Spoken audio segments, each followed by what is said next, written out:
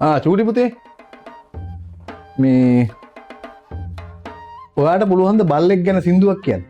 අයියෝ තාත්තේ. ඕන මොනවද තාත්තේ? කියන්න බලන්න. ඕන් එහෙනම් අහගන්නකෝ.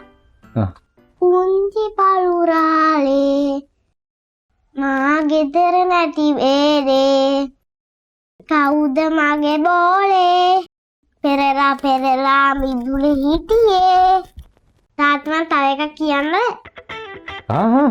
ඔයාට පුළුවන් නම් තව එකක් කියන්නද? පොද සුනක නිසල බබ නද පෙමුට තිබුණනම් හදනවත නොවෙයි මේ තරම් රිදුම් මට කියනවාද